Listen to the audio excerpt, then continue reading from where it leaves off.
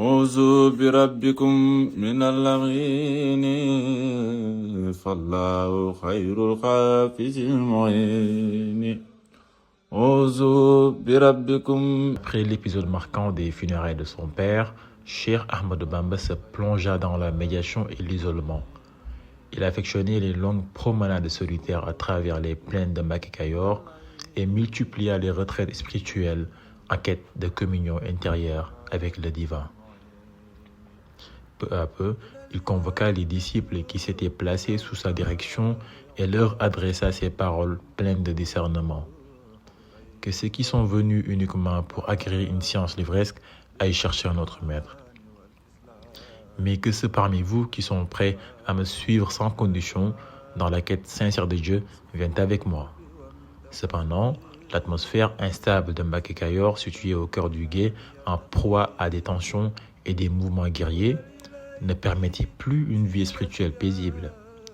Le climat politique devenait incompatible avec la mission du Cheikh.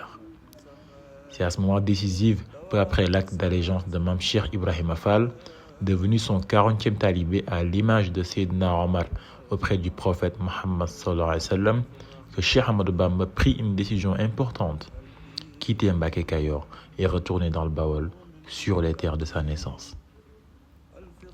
À peine installé à Mbacké, il entreprit son premier grand voyage spirituel vers la Mauritanie en 1884. Ce périple avait un double objectif.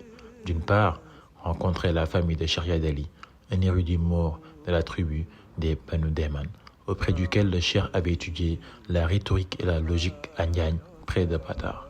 D'autre part, visiter la célèbre Zawiya de Cheikh Sidiya à Tindouf, au lieu du savoir et de la spiritualité. Ce voyage marqua un tournant, une ouverture vers d'autres foyers de connaissances, tout en confirmant l'ancrage du Cheikh dans une tradition de savoir au service de la foi.